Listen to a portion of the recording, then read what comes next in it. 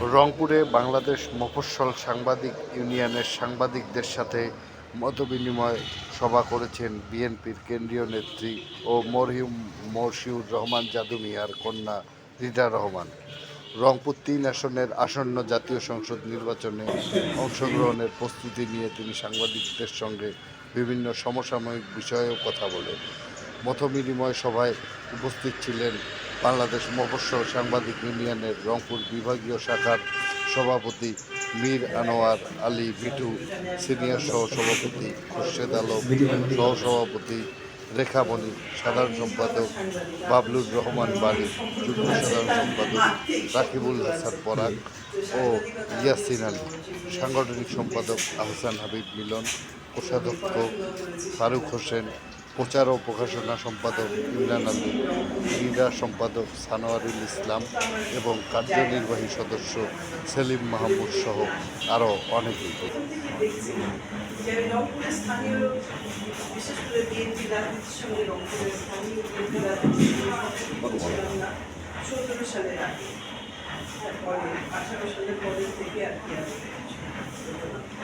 আপনারা অনেকে ইতিহাস জানেন,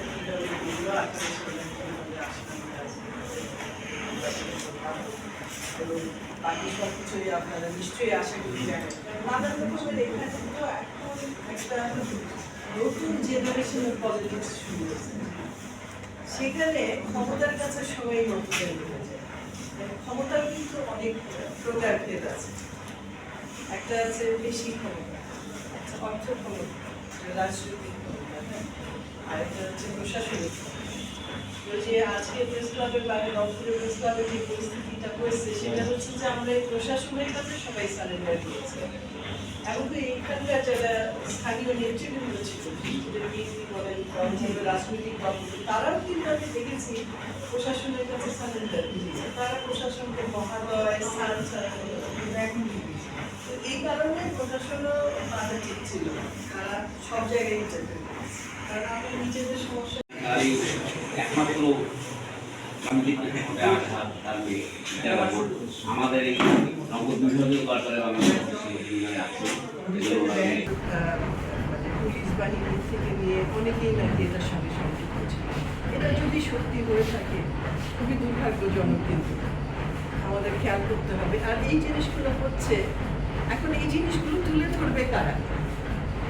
প্রশ্নটা হচ্ছে এই জিনিসগুলো তুলে ধরবে কিন্তু মিডিয়া, কিন্তু আমাদের মিডিয়াকে পঙ্গু করে রাখা হয়েছে, বাকরুদ্ধ করে রাখা হয়েছে। বাকরুদ্ধ কারণ আপনাকে হ্যান্ডিক্যাপ করে রাখা হচ্ছে কেন? উদ্দেশ্য আছে এখানে। দেখেন এমন একটা সিস্টেমে এখানে ধরেন, আমি বিশেষ করে ঢাকা সেন্ট্রালে যারা সাংবাদিক আছে তাদের তবুও এক ধরনের স্বতন্ত্রতা আছে, তাই না? তারা অতটা নির্ভরশীল না, কিন্তু বিভাগীয় বা অন্যান্য জেলা ভিত্তিক যে সাংবাদিকতার যে প্রচলন এখন, সেখানে তারা একেবারে নির্ভরশীল। তারা কিন্তু ইন্ডিপেন্ডেন্টলি কিছু করবার মতো তাদের অবস্থান নাই।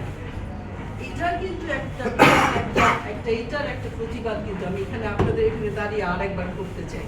আমি কিছুদিন আগেও কয়েকজনের সঙ্গে কথা বলছিলাম, তাদের বলেছি এই প্রক্রিয়ার একটা শেষ করতে হবে, পরিণতি ঘটাতে হবে এবং স্বচ্ছ একটা প্রক্রিয়া চালু করতে হবে। যারা মিডিয়ার সঙ্গে জড়িত আছে, যারা মিডিয়ার হয়ে কাজ করে, যারা সাংবাদিক হিসেবে এখানে কাজ করে, তাদের সেই স্বাধীনতা দিতে হবে। তাদের জন্য কারো মুখাপেক্ষী হয়ে থাকতে না হয়, কারো লেজুর বৃত্তি করতে না হয়। এই পরিবেশ এবং সিস্টেমটা কিন্তু আমাদের বাধ্য করছে লেজুর বৃত্তি করতে। এই সিস্টেম বদলাতেই হবে। প্রথম কাজ হবে, আপনারা যদি মনে করেন ঐক্যবদ্ধভাবে আমরা সরকারের কাছে এইটার একটা পলিসি চাইব এবং তাদের একটা পলিসি গাইডলাইন দিতে হবে যে যারা যারা সাংবাদিক মানে মিডিয়া প্রতিষ্ঠানগুলো যেগুলো আছে তারা যে সাংবাদিক নিয়োগ দিবে, সেখানে তাদের ইন্ডিপেন্ডেন্স এবং তাদের চাহিদা পূরণ করে নিয়োগ দিতে হবে। এই পলিসিটা সরকারি তরফ থেকে আসতে হবে এবং এটা আমরা দাবি করব।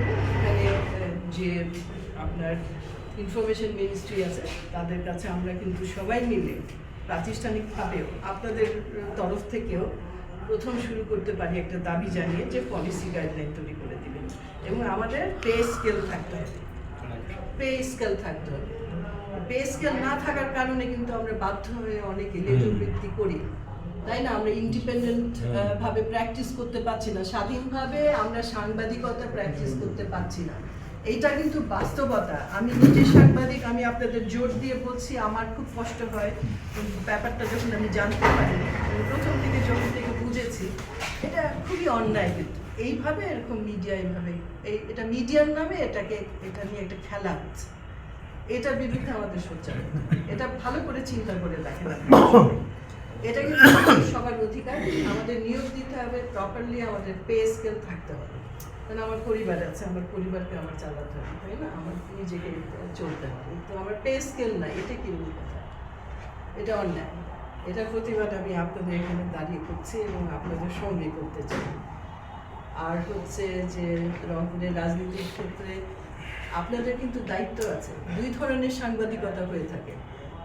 আমি সাংবাদিকতা পড়াশোনা করেছি, তাই আপনাদের এত বড় কথা বলছি, কিছু মনে করলেন না। জানতে চাই। আমি বলি দুই ধরনের, একটা হচ্ছে অ্যাক্টিভিস্ট জার্নালিজম বলে, হ্যাঁ, মানে আপনার একটা কমিটমেন্ট। শুনেন, নিরপেক্ষ বলে কোনো কথা নেই, সবারই একটা না একটা পক্ষ আছে। কেউ